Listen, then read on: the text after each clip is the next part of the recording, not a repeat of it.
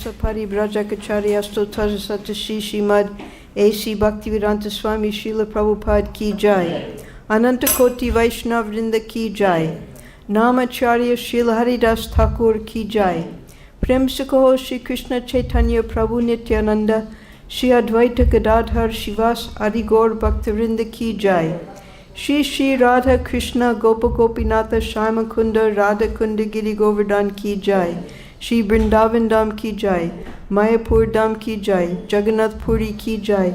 Ganga Mai Ki Jai. Jamuna Mai Ki Jai. Tulsi Maharani Ki Jai. Bhakti Devi Ki Jai. Samaveda Bhaktivinoda Ki Jai. All glories to the assembled devotees. All glories to the assembled devotees. All glories to the assembled devotees. All glories to Shri Shri Guru and Gauranga. All glories to Srila Prabhupada. This evening we're continuing the reading of Srila Prabhupada Lilamrita Volume 2, written by His Holiness Satsvarup Das Goswami. Prabhupada is at 26 2nd Avenue, and he's holding evening classes Monday, Wednesday, and Fridays from 7 to 9 o'clock, and then morning classes also for his more intimate devotees. So we'll continue with the reading now. One evening, Allen Ginsberg brought Ed Sanders and Tuli Kupferberg of the Fugs to the meeting. The Fugs, a local group that had made a name for themselves, specialized in obscene lyrics.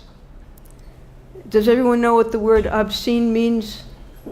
No. Obscene means against the regulative principles, particularly illicit sex. So their songs would be about illicit sex, in other words. So the songs are very popular on the Lower East Side for that reason. Among the popular songs of Ed Sanders were Slum Goddess of the Lower East Side, that was the name of one of the songs,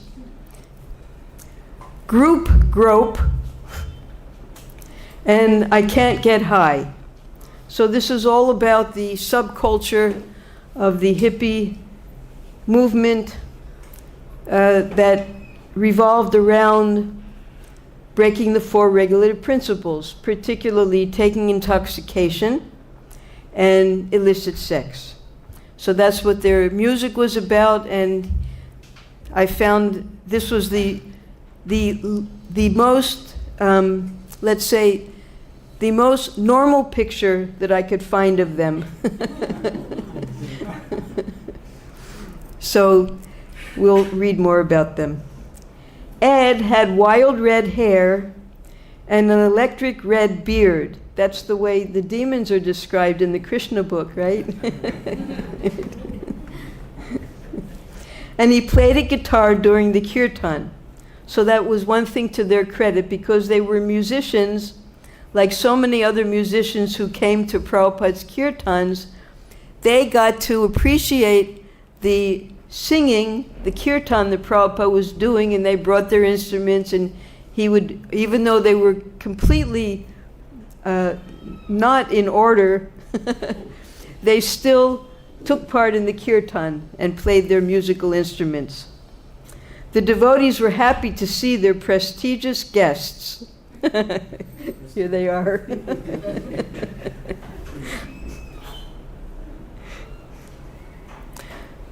The night of the Fugs, however, Prabhupada chose to speak on the illusion of sexual pleasure. Prabhupada knew exactly what their wavelength was. He knew what they were thinking of, so that's what he was going to talk about, but not what they wanted to hear. This is a quote from Prabhupada from his lecture. "Sex pleasure binds us to this material world birth after birth," he said. And he quoted, as he often did, a verse of Jamunacharya. Quote, "Since I have become Krishna conscious, whenever I think of sex life with a woman, my face at once turns from it, and I spit at the thought." The Fugs never returned. But Allen Ginsberg, who brought the Fugs, two of the Fugs, the singers, he would come again and again because he loved Prabhupada's kirtans.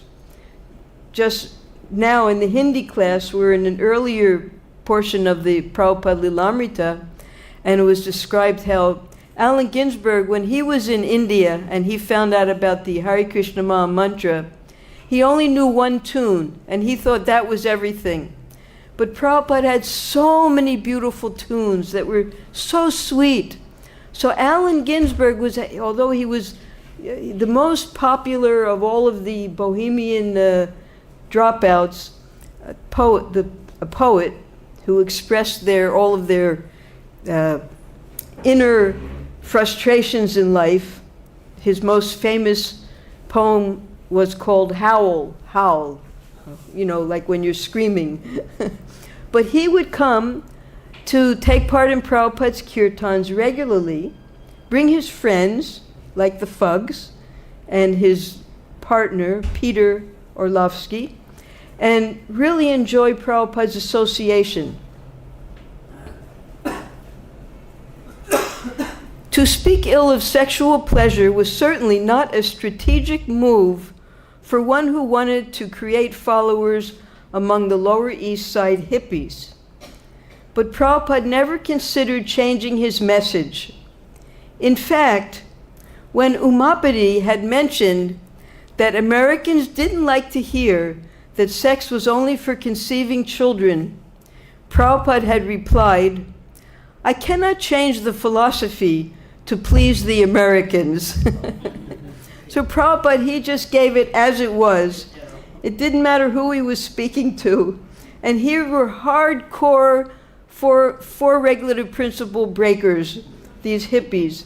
And he gave them the same message that he would have given to anyone when he was speaking at the Indian embassy, when he was meeting great philosophers. Same philosophy even for these hippies. Some of us might remember the first time we read Prabhupada's books. I remember the first time I read the Ishopanishad, all about the four regulative principles and about the material world and the spiritual world. Well, once you receive this knowledge by reading Prabhupada's books, there's no going back. Because once you hear the truth, you can try to reject it, but truth always remains the truth, and eventually you have to accept it.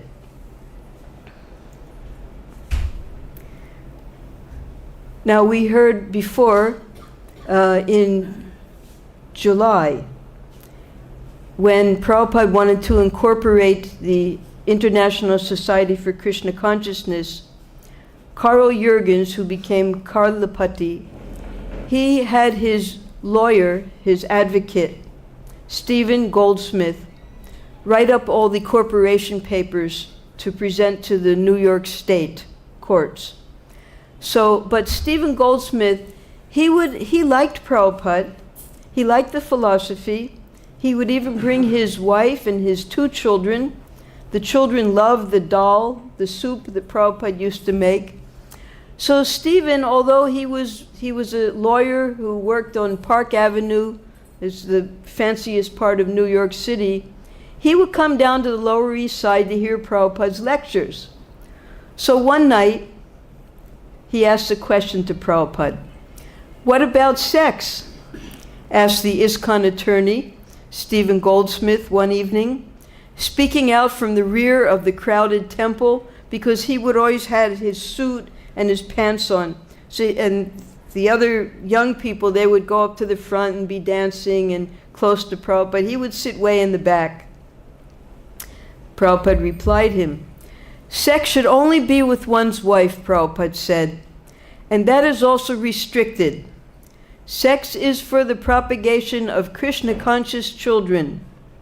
My spiritual master used to say that to beget Krishna-conscious children, he was prepared to have sex 100 times.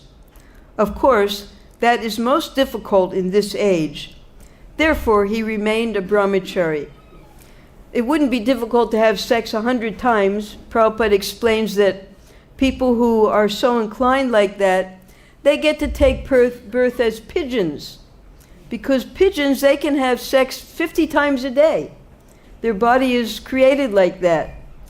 So the spiritual master, Srila Prabhupada, he was willing even to, if he could create Krishna conscious children, although he was a Naistik brahmachari, he never had any association with women in his life, he was prepared to engage in such activities just to create Krishna conscious children.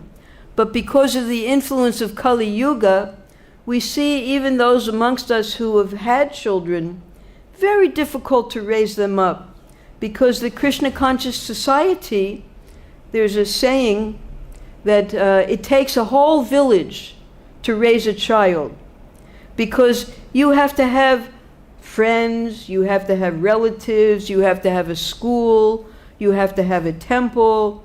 You can't just raise a child alone in a vacuum. So although we might have had children, it was very difficult to raise them to become Krishna conscious adults. So therefore, Bhaktisiddhanta Saraswati, being highly intelligent, he didn't even bother. Instead, he preached, and he made so many hundreds of disciples that way, who they were also, he had Grihastha disciples, they had children, and that way the generation was able to develop.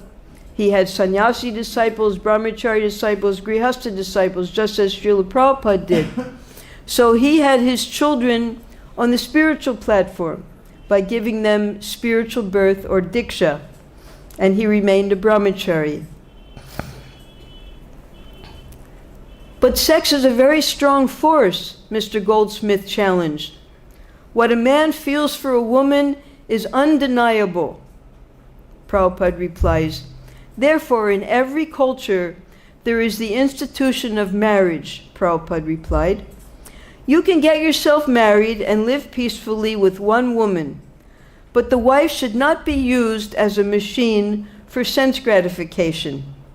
Sex should be restricted to once a month and only for the propagation of children. So Srila Prabhupada, he did not compromise. When we all became devotees, he saw that the women who were not married, the girls, we were young in those days, if they weren't married, they would be sick, they would sleep during the day. So Prabhupada realized that even though he was a sannyasi, he was going to have to get his disciples married. And he had a very big plan for those married grihastas. You see in this picture, this is in Boston, because after the New York temple, Prabhupada then sent Satsvarup and his wife, Jadurani, to Boston to open a temple.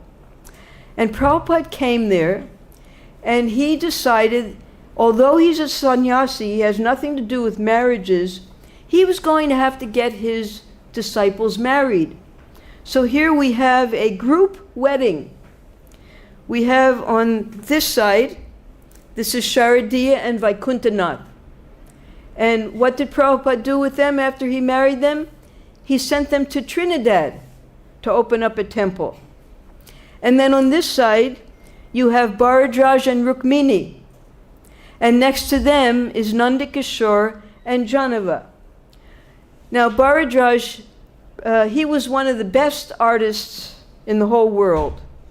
Many of the paintings, for instance, the painting, if everyone turns around here, of Krishna and Balaram, that was painted by Bharadraj. And Prabhupada liked that painting so much that he took the model of this painting to have our deities carved.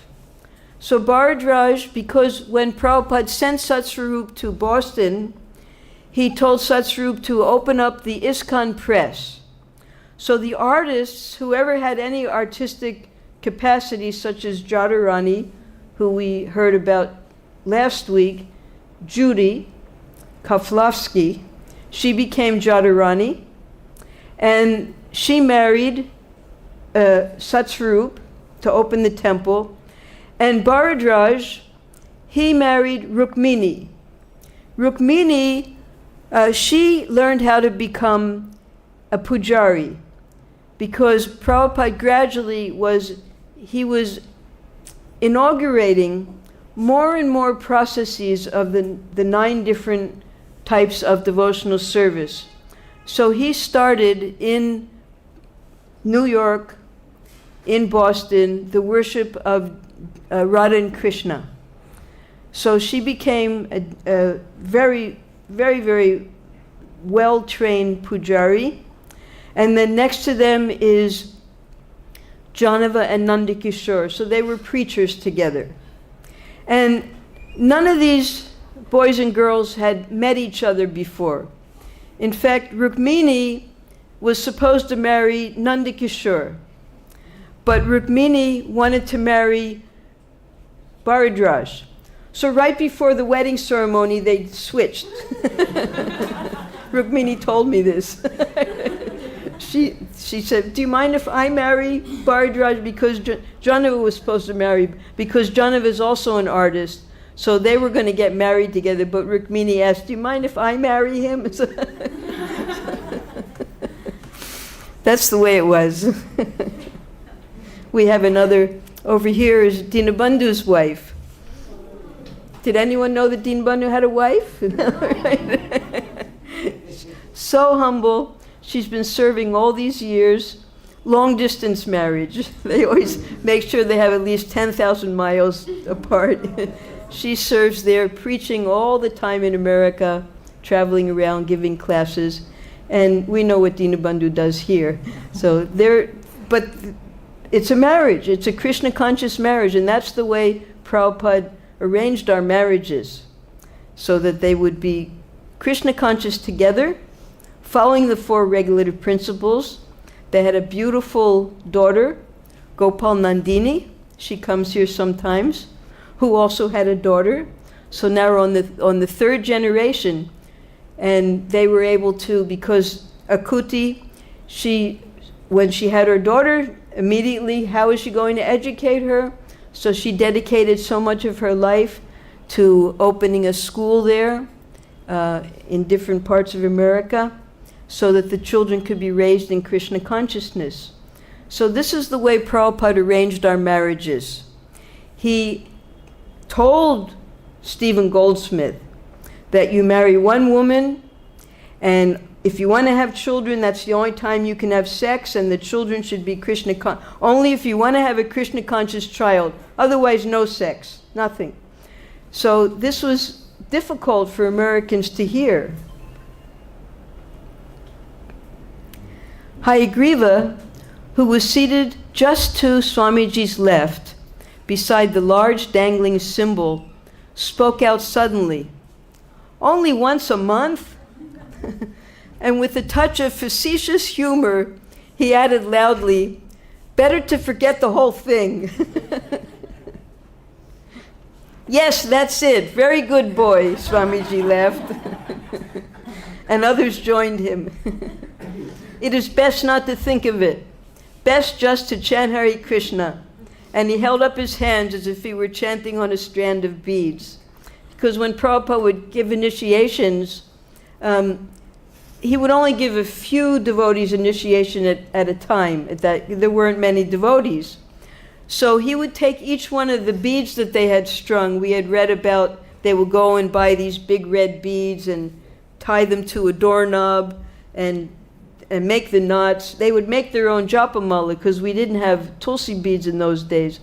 So at the time of initiation, the boys and girls who were going to be initiated, they would be sitting there, and on each one of the initiate's beads, Prabhupada would chant a whole mala on every single bead, so that our malas were purified and sanctified when he gave them to us.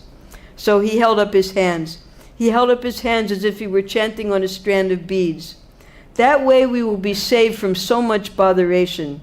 So Prabhupada was speaking from experience. When he met his spiritual master, Srila Bhaktisiddhanta Saraswati, he was a young man. He already had his first son. And next, he had 5 children, 3 sons and 2 girls. And he had to raise them all. He had to engage in business. He had to make sure they were educated. They all had jobs. The girls had to get married. Very big responsibility with 5 children. And he had the example of his own father, who made sure that all of his daughters were married at a very young age, because that was the culture there in India at that time. So Prabhupada, he knew what a botheration it was to you think, yes, now I'm married, I'm going to enjoy, but the weight of the responsibility of being a father and having to raise your children, being a responsible father, and on top of that, not only maintaining them, but trying to make them Krishna conscious. That's the most difficult part. Sex is like the itching sensation, that's all.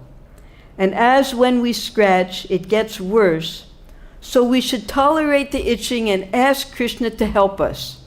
It is not easy. Sex is the highest pleasure in the material world, and it is also the greatest bondage. So here is Prabhupada, it was an evening class, and Stephen Goldsmith, he asked this question. And it's not, normally Prabhupada would not speak about this subject matter, but because the question was asked, therefore Prabhupada is trying to explain to his audience that better to tolerate than to become entangled. Sex is the highest pleasure in the material world, and it is also the greatest bondage.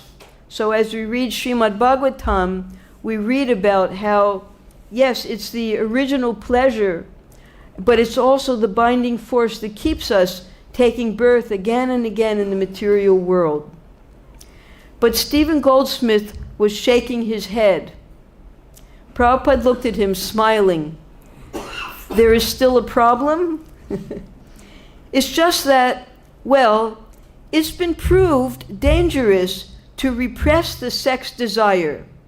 There's a theory that we have wars because, so there are different philosophies of life, and at that time, one very famous psychologist named Sigmund Freud from Germany, he concluded that the whole driving force of life was sex desire. And all of our personality developments and problems come because of sex desires that weren't fulfilled in our life. So he propounded, and other philosophers also propounded, that even wars are created because of this sex drive. Now we have one example that we read about in the Mahabharata, that when Draupadi had her Swayamvar, all of the princes and kings came, they wanted to marry her. Especially Duryodhana wanted to marry her. But we know that Arjun, he was successful and took Draupadi away, but that didn't mean that just because she was won by another man, Duryodhana's fire of desire was extinguished. He still had that desire. So the war, the Battle of Kurukshetra, actually was created because of this desire to have Draupadi. He went out of his way with the dice game, with having his brother drag Draupadi from her private chambers into the public assembly hall to disrobe her. Now, if this isn't sex desire in the worst form, and because she was touched by Dushashan, her hair was undone, at that time, Krishna decided that all of these Kauravas' wives, their hair will be undone. That means they'll become widows because they touched the empress's hair like that. And then Duryodhana, just to insult the Pandavas who had lost everything by that time, he slapped his thigh, indicating that Draupadi should come and sit on his lap. And Bhima at that time took that ferocious vow that I will break that thigh. And because Dushasan was the one who dragged Draupadi and tried to disrobe her, he also took an oath that he would rip out Dushasan's heart and drink his blood. So this greatest war of the Mahabharata, what did Stephen say? Well, it's been proved dangerous to repress sex desire. There's a theory that we have wars because of this repressed sex desire. So he was trying to explain to Prabhupada that you want us to not have sex, but then what do we do with this repressed desires? This is what causes so much viciousness in the world. Now here's Prabhupada's response. People are eating meat, Prabhupada interrupted. As long as people eat meat, there will be war. And if a man eats meat, he will be sure to have illicit sex also. Stephen Goldsmith was an influential friend and supporter of ISKCON, but Prabhupada would not change the philosophy of Krishna consciousness to please the Americans. So Prabhupada just spoke exactly according to the Shastra. What is the real cause of war? The cause of war is killing of innocent animals. When the whole Vietnam protests were going on earlier in the year, and Prabhupada was invited to take part to have Kirtan at the peace vigils, Prabhupada, the same question was asked. Why are so many young men being sent uselessly, losing their lives? 50,000 young American men lost their lives in the Vietnam War for no purpose whatsoever. And Prabhupada explained that you are sending innocent animals to the slaughterhouse. Therefore, Krishna says, send your sons to Vietnam, and they all get killed there. Now, this picture, if you ever have to speak to a meat eater and he doesn't understand the relationship between meat eating and war, this picture will help you convince that person. Because when I would go to visit my family, my father used to like to debate with me about the philosophy. And one time we had a debate that, what's wrong with eating meat? And I used this example so that he could understand it. Because in America and other first world countries, such as Europe and America, they have a very sophisticated system for animal slaughter. They raise the animals just like we grow vegetables and we try to get the best crop. They raise the animals, they breed the animals so that they can have the best meat, right? And they let the animals graze, thousands of animals, and then when they're just ready, just like when a fruit is ripe, when they're just at the height of their maturity, they'll take those animals and they'll put them into cattle cars. And you can see these cattle cars driving in America on the highways. So many they're called cattle because they're not exactly cows as we know them here, because they've been breeded. Instead of being here, we breed cows so that they'll yield the most amount of milk. But there they bred the cows so that they'll be very, very sturdy with a lot of meat. They don't care about the milk. So all these cattle would be pushed into the cattle cars, either cars or trains. And these are cattle cars right here. See that? This is in Europe. So they'd be all pushed into there and then driven off into to the slaughterhouses to get killed. So in the last World War, before there were nuclear weapons and things like that, in Europe, these same cattle cars, they would take the enemy's innocent citizens that they wanted to kill, or whoever they considered their enemy, and use the exact same cattle cars and push the people into the cattle cars and drive them off to what was called death camps. And there they would be very systematically killed.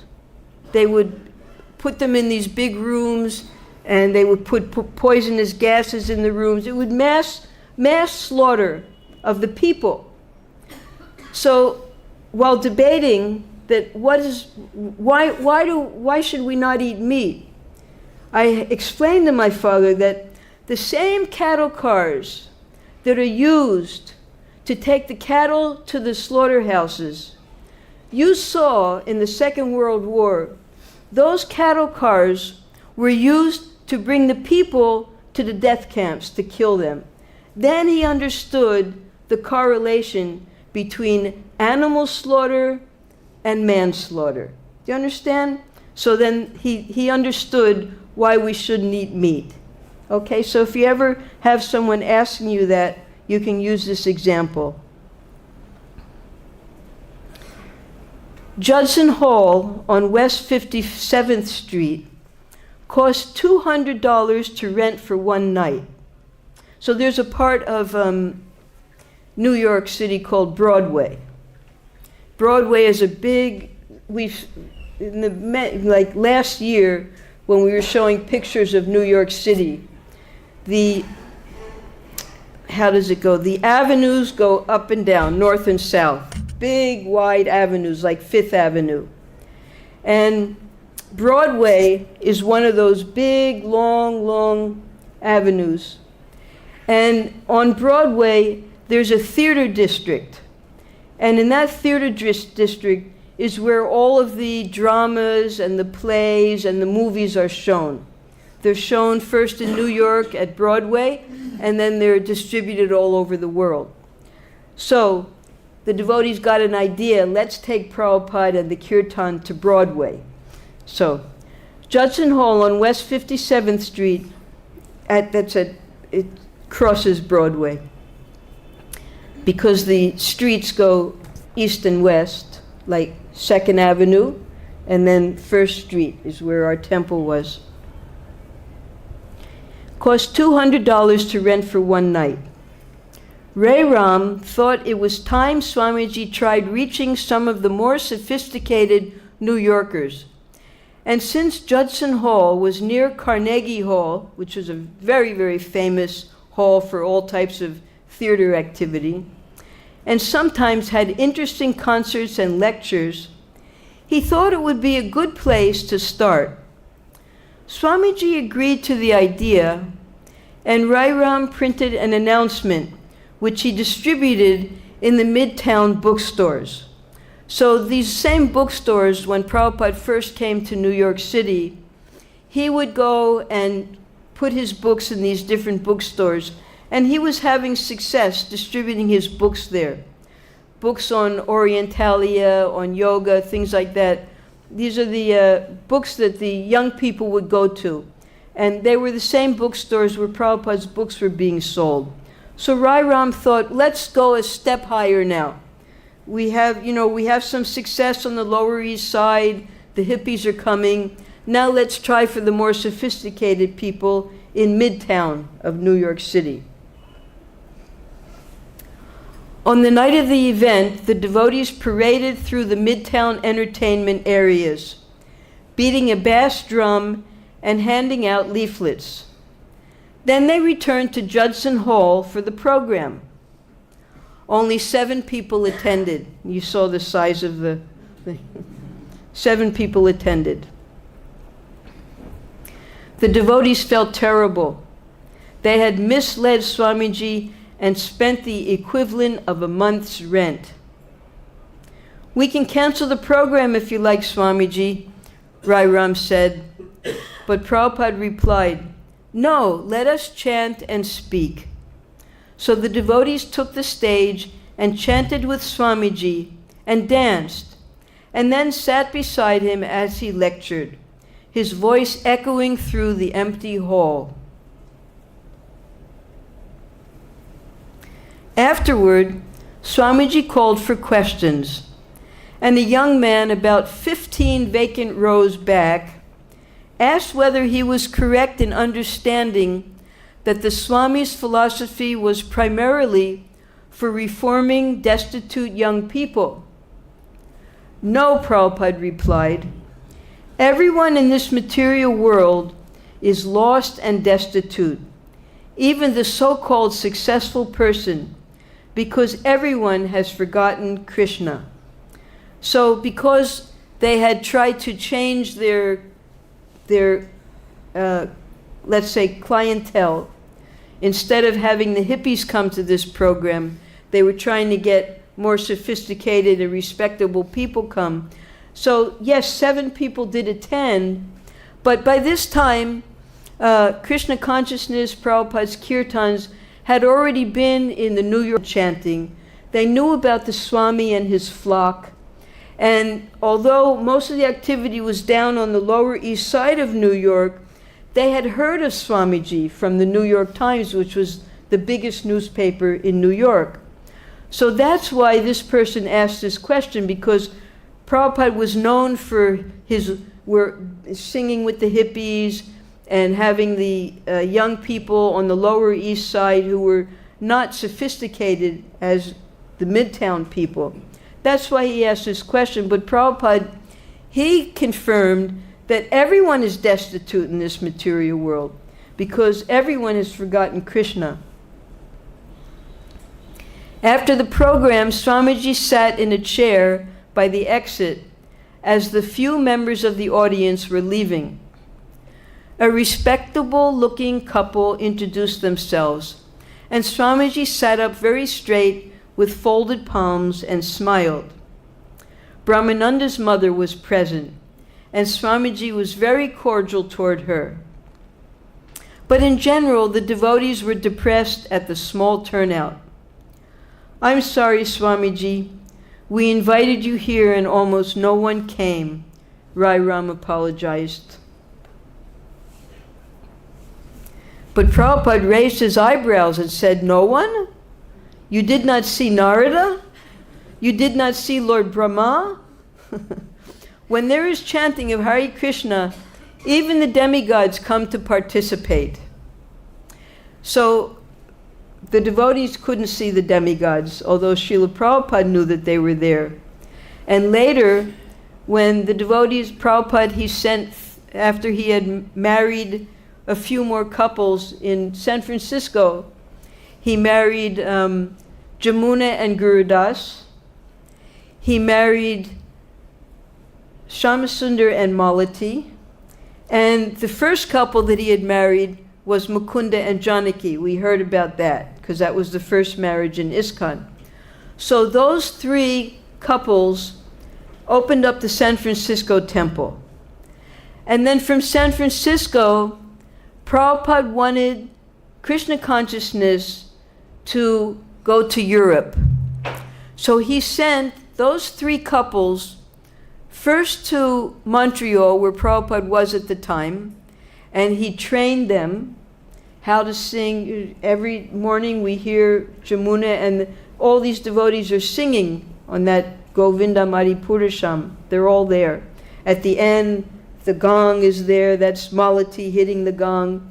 So they were a team, those 6 devotees, and they had Malati had a little 2-year-old daughter, Saraswati. So they all went to Montreal for Prabhupada to train them in further singing and to give them some ideas how they can open up London. So then they went to London, and they were successful because Shyamasundar, he was able to meet the Beatles, who were the most popular singers of that age. And one of them, George Harrison, was very interested and actually became a devotee.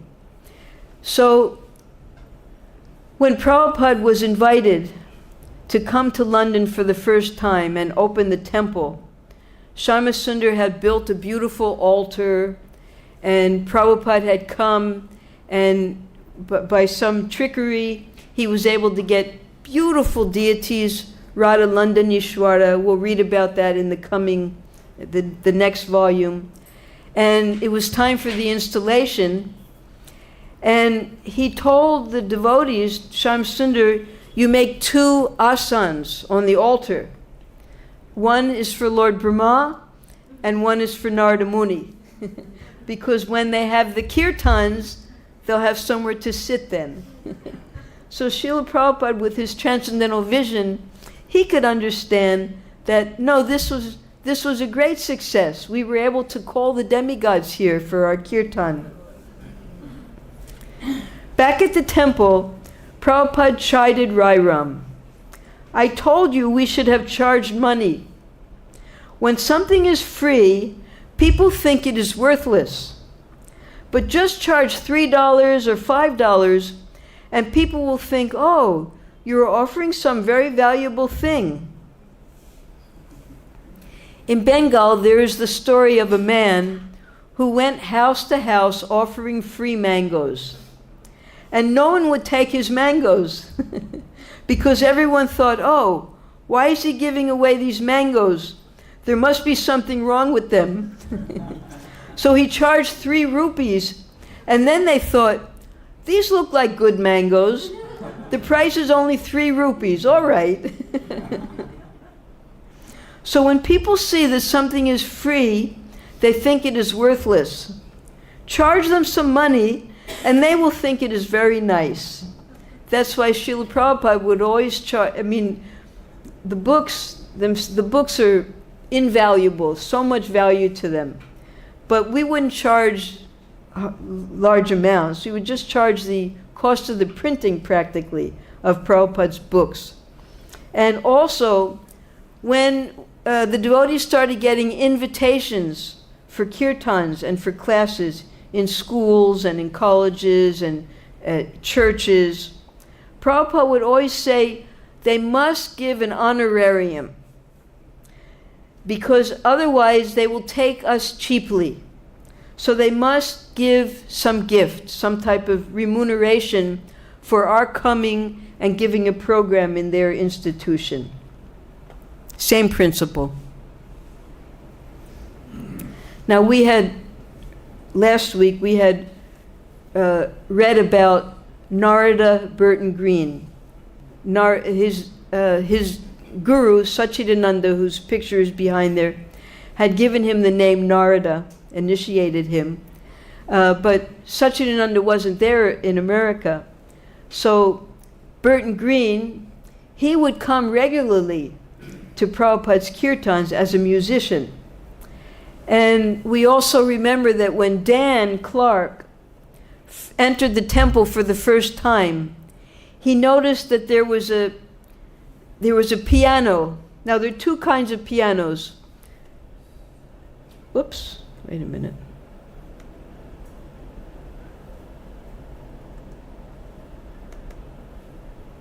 Just a second. There, okay. So back here, I can't get to the back, just a minute. Prabhuji, he's not here. Okay. How do I make it a full screen? Okay.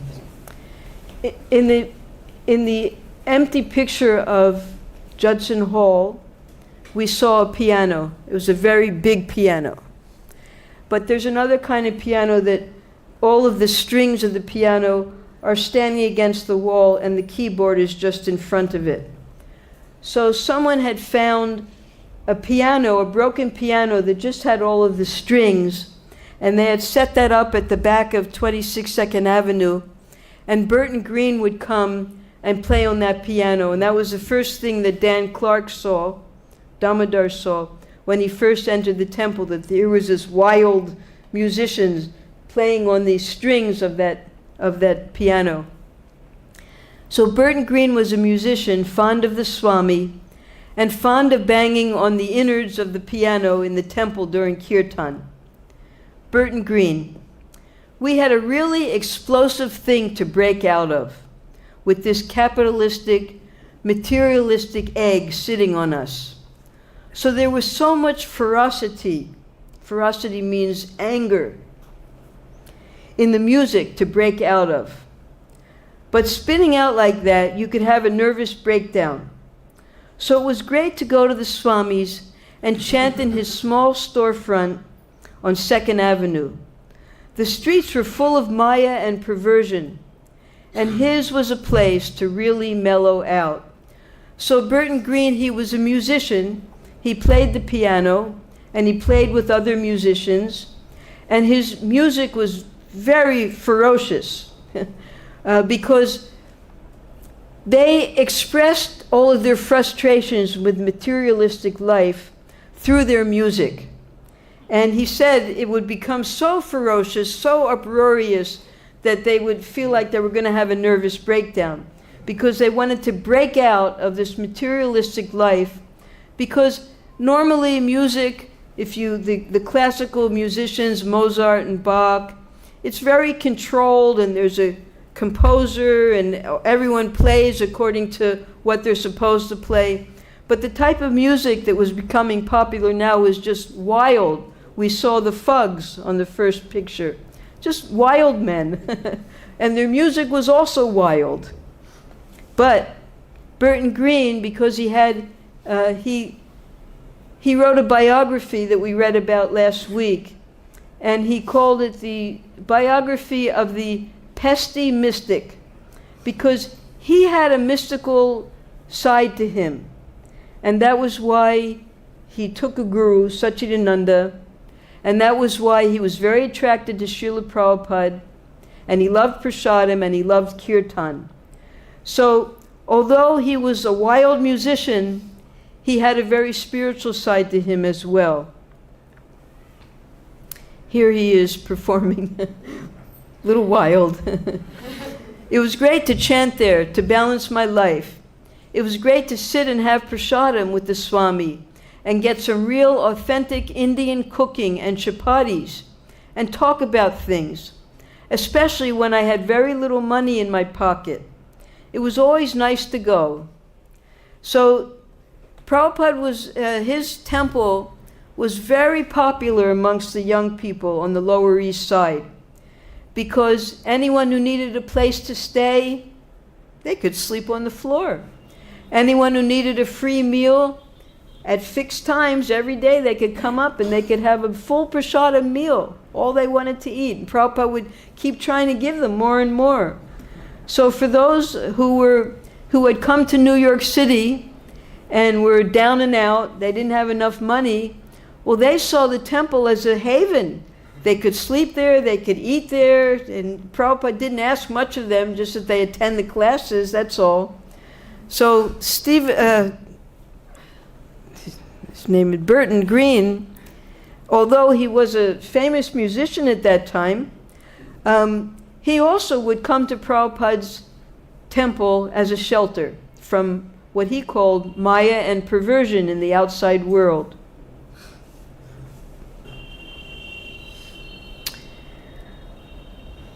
When Burton asked Prabhupada to attend his piano recital at Town Hall Theater, that's that same theater district, Prabhupada agreed.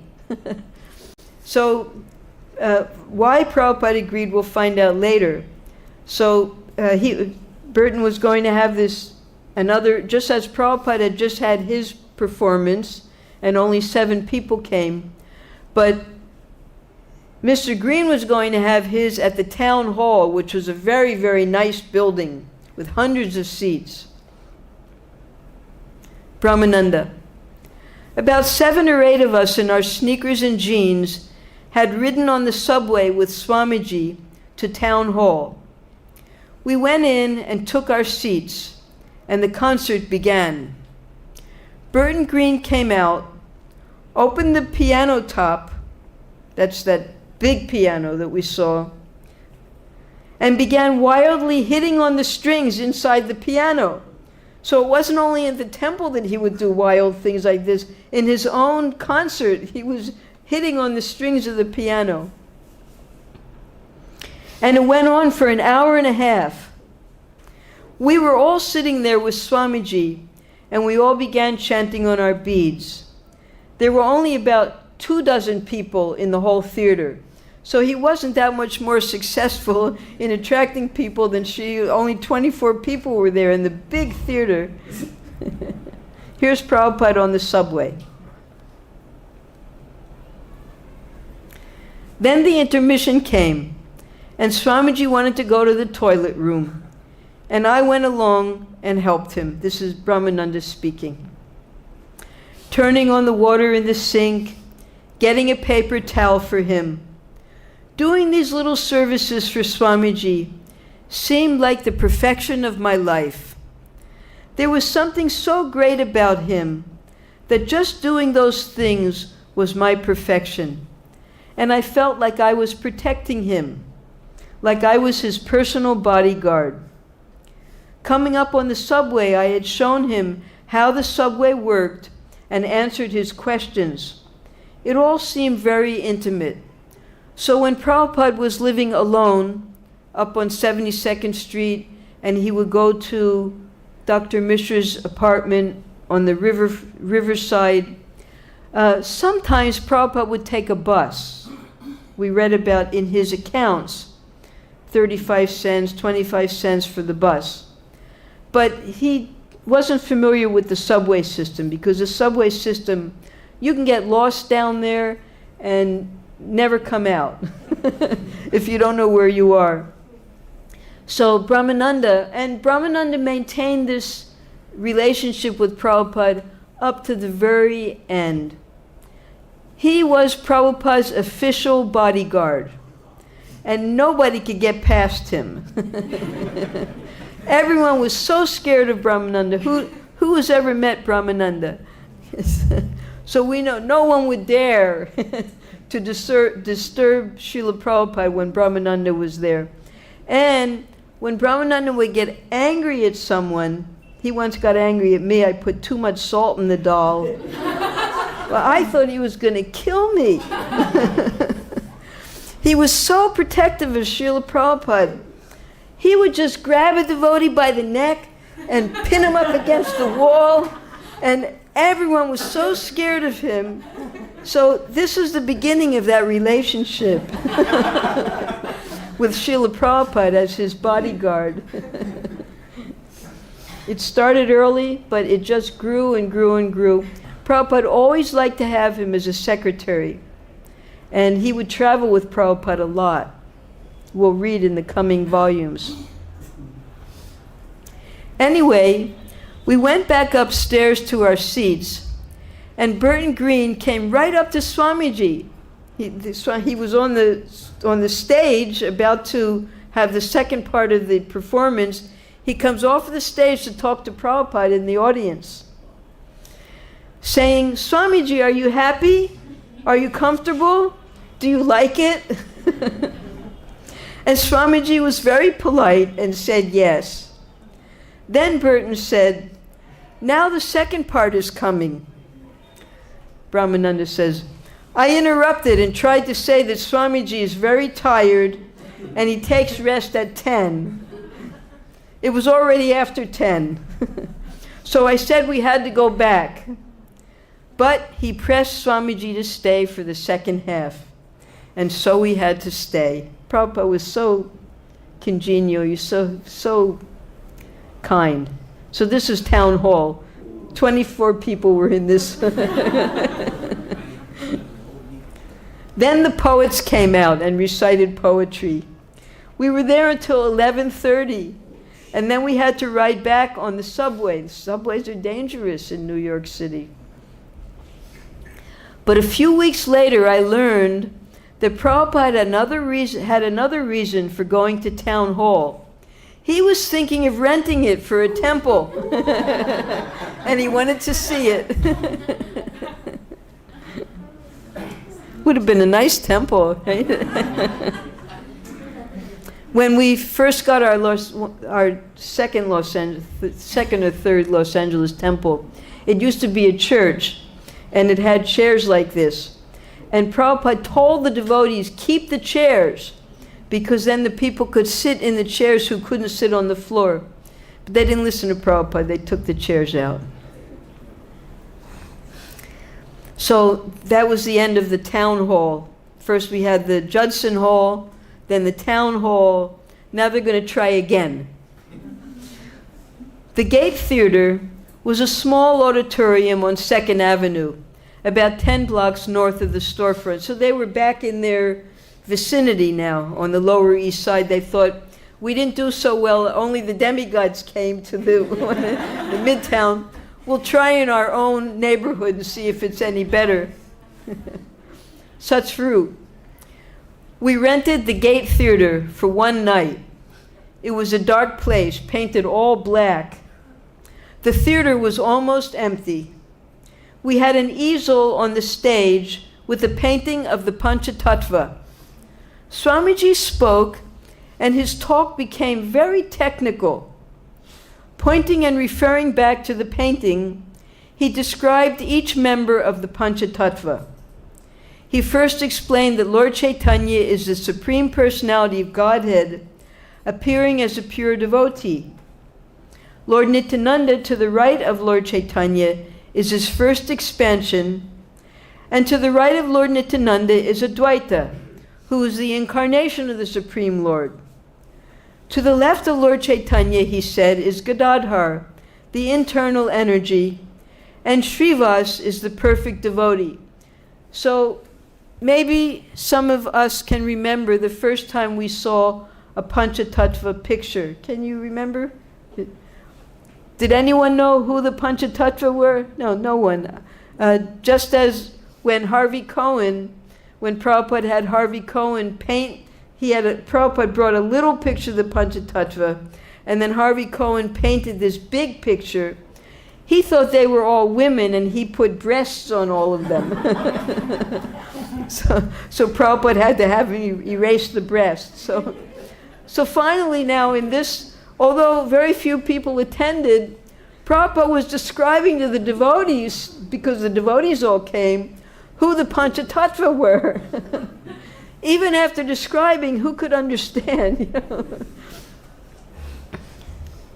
During the talk, I was thinking that this was maybe too elevated for the audience.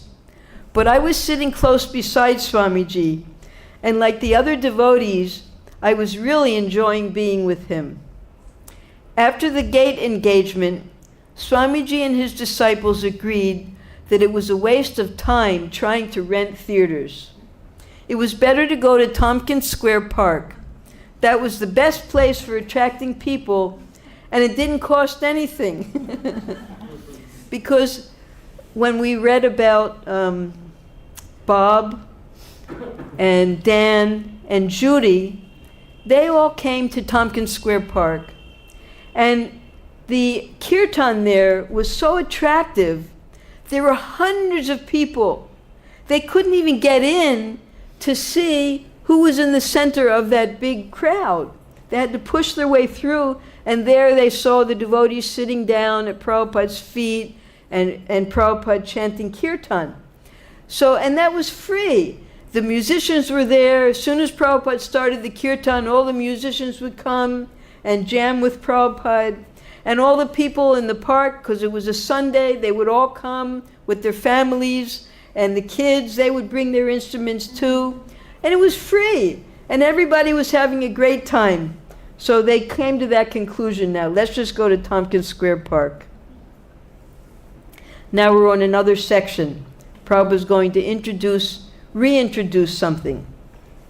It was 11 o'clock p.m., and only one light was on in Swamiji's apartment, in the kitchenette.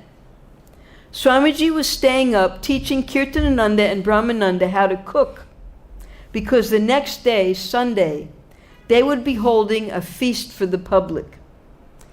Kirtanananda had suggested it be advertised as a love feast, and Swamiji had adopted the name, although some thought it sounded strange at first to hear him say love feast.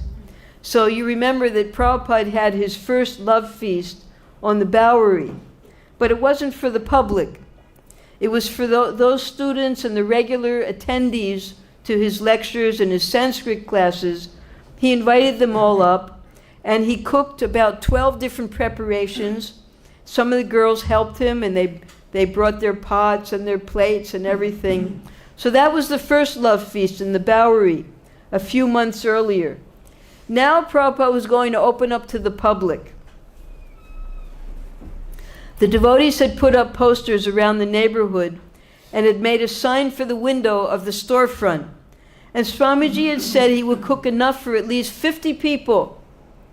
He said the love feast should become an important part of ISKCON, which it did. Every temple around the world had their love feast on Sundays. As he had explained, except in Iran, they would have their love feast on Fridays, because that was the holiday there in a Muslim country. As he had explained many times, food offered to Krishna becomes spiritual, and whoever eats the prasadam receives great spiritual benefit. Prasadam meant mercy. His two helpers stood respectfully beside him, sometimes stepping back out of his way as he moved, and sometimes looking over his shoulder as he mixed spices or set a pan over the flame, or called for another ingredient. He was stirring a big pot of sweet rice with a wooden spoon. It had to be stirred constantly and slowly adding milk. If the sweet rice burned, it would be ruined, he said, and he handed the spoon to Kirtanananda. So, in the very beginning of 26 2nd Avenue, Prabhupada used to cook by himself for all of the boys. And then Kirtanananda, he volunteered that let me cook, Swamiji, you can sit in your room and do your translations. So Prabhupada first taught Kirtanananda how to cook. Kirtanananda, he taught me how to make samosas. Then, after Kirtanananda, now that Prabhupada was having this big love feast for 50 people, he's having Brahmananda, and who else was it? Was it? Kirtanananda. Now it's Kirtanananda and Brahmananda. He next showed them how to make ghee by heating butter in a wok and separating the milk solids from the butter fat. And he simultaneously taught. But when Brahmananda asked him how he had learned so much about cooking, Prabhupada said that he had learned by watching his mother. He laughed and said it had not been like it is in the West, where you take a lump of flesh from your refrigerator, throw it in a pan, boil it, sprinkle it with salt, and then eat like an animal. Now, how did Prabhupada know that? Because when he was in Butler, Pennsylvania, Sally Agarwal, she would have the meat right in the same refrigerator where Prabhupada was keeping all of his things. And sometimes she would cook the meat. And Prabhupada, if he accidentally came a little early, they would still be eating their meat and she would apologize. So he saw how the Americans prepared this abominable foodstuffs. And in Korea, he said, they eat dogs. But human beings should eat grains, fruits, vegetables, and milk. And the cow especially should not be killed. While Brahmananda cut the apples for the chutney and put them in a pot for steaming, and Kirtanananda stirred the sweet rice, Swamiji prepared masala, the basic mixture of spices, which he would soon add to the steaming apples.